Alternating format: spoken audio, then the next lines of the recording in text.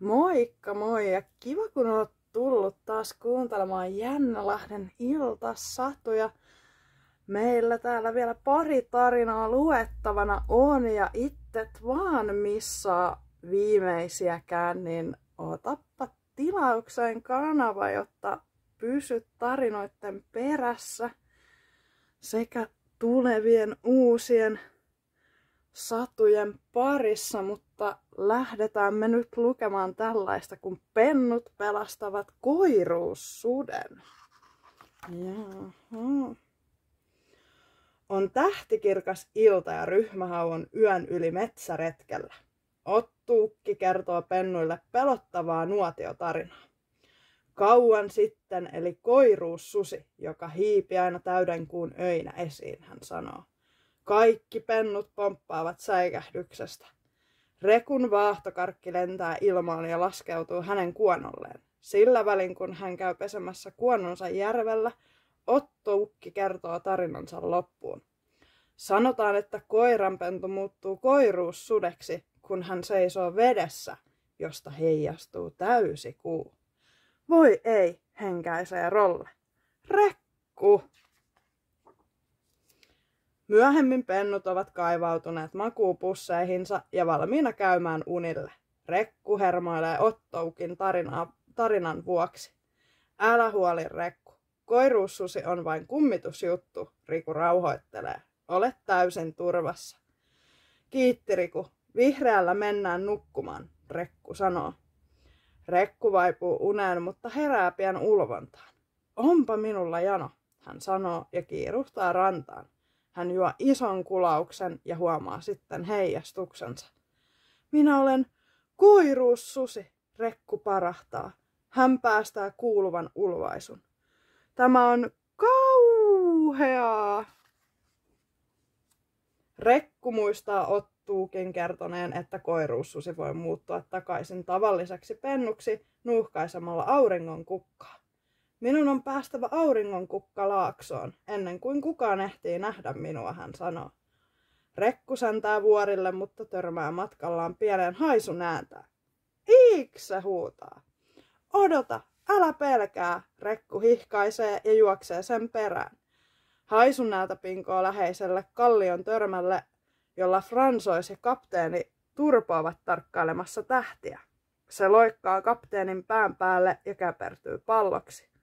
Ota se pois, kapteeni Turpo huutaa.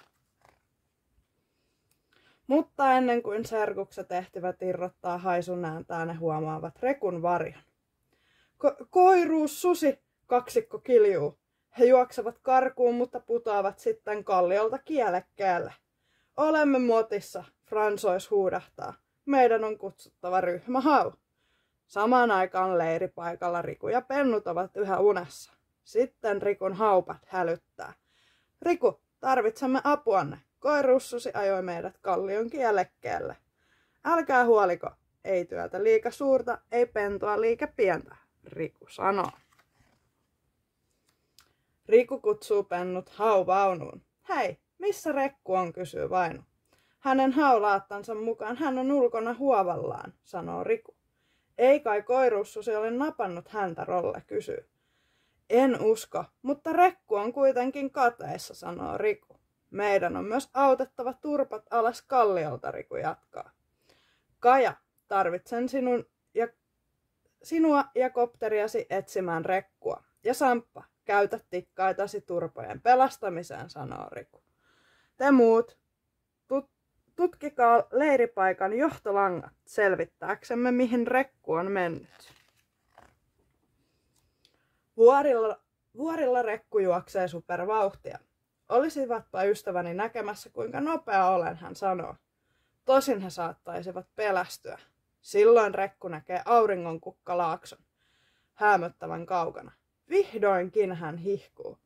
Samppa ja Riku saapuvat turpojen avuksi. Hurraa, ryhmähau, hihkuu Fransois onneissaan.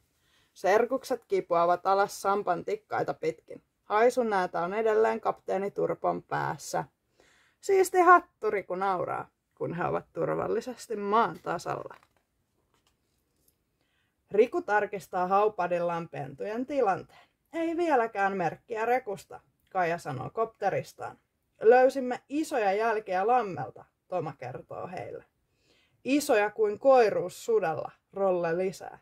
Jäljet vievät tuohon suuntaan, kohti auringonkukka-laaksoa, Vainu huudahtaa. Samaan aikaan Rekku on ehtinyt suureen risteykseen. Kylläpä loikkani ovat pitkiä, hän sanoo. Pystyn takuulla hyppäämään kerralla tien yli. Rekku ponnistaa loikkaan juuri kun Marketta ajaa ohitse. Marketta menettää autonsa hallinnan ja luisuu nurmikolle. Minäkö tuon tein, Rekku ulvoo. Parasta hakea apua. Marketta kömpii ulos autostaan ja henkäisee. Anteeksi, Einari, hän sanoo.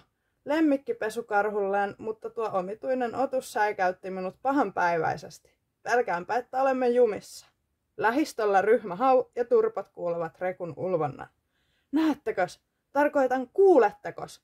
Koiruus susi parahtaa Fransois. Parasta käydä katsomassa, Riku sanoo samalla, kun hänen haupadinsa soi. Riku, pennut, suuren risteyksen luona on hätätilanne, sanoo Kaija. Marketta selostaa ryhmähaulle, mitä on tapahtunut. Ja sitten se hyppäsi suoraan kadun yli ja ulvoi kovaan ääneen. Riku, nämä ovat samoja tassun jälkeä, jotka näin lähellä leiripaikkaamme, Vainu huudahtaa.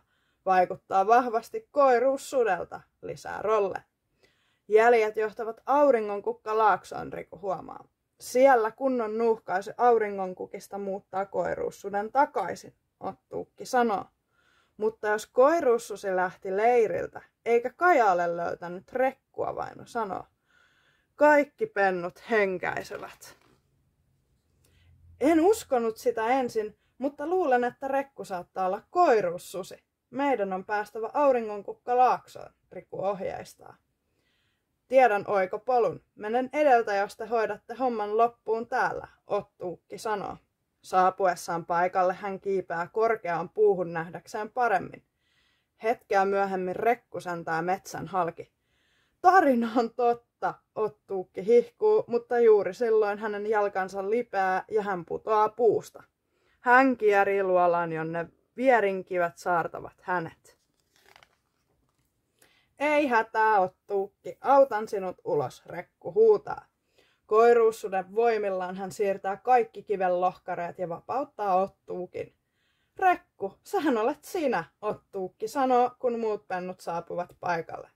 Älkää pelätkö, Rekku parkaisee. Mitä me voisimme pelätä? Sinähän pelastit minut, sanoo Ottuukki. Mutta kaikki muut pelkäävät minua, Rekku harmittelee. Nuuhkaise sitten noita auringonkukkia, niin olet taas terve kuin pukki, Ottuukki sanoo, neuvoo. Paremminkin terve kuin Rekku, sanoo Rolle. Sitten Rekku ottaa ison nuuhkaisun, minkä jälkeen häntä alkaa unettaa. Rekku herää hätkähtäen. Leirissä on karhu. Rekku päästää ison ulvaisun ja karhu juoksee peloissaan pois. Muutkin pennut heräävät. Ei hätää, se olen vain minä. Koiruussusi, Rekku sanoo. Joku taisi nähdä jännittävää unta, Riku nauraa. Mutta ainakin säikäytit tuon karhun kunnolla, Ottuukki sanoo ja kaikki nauravat. No olipas siinä taas tarina. Onneksi kaikki olikin vain mukavaa unta, mutta näin siinä sitten kävi.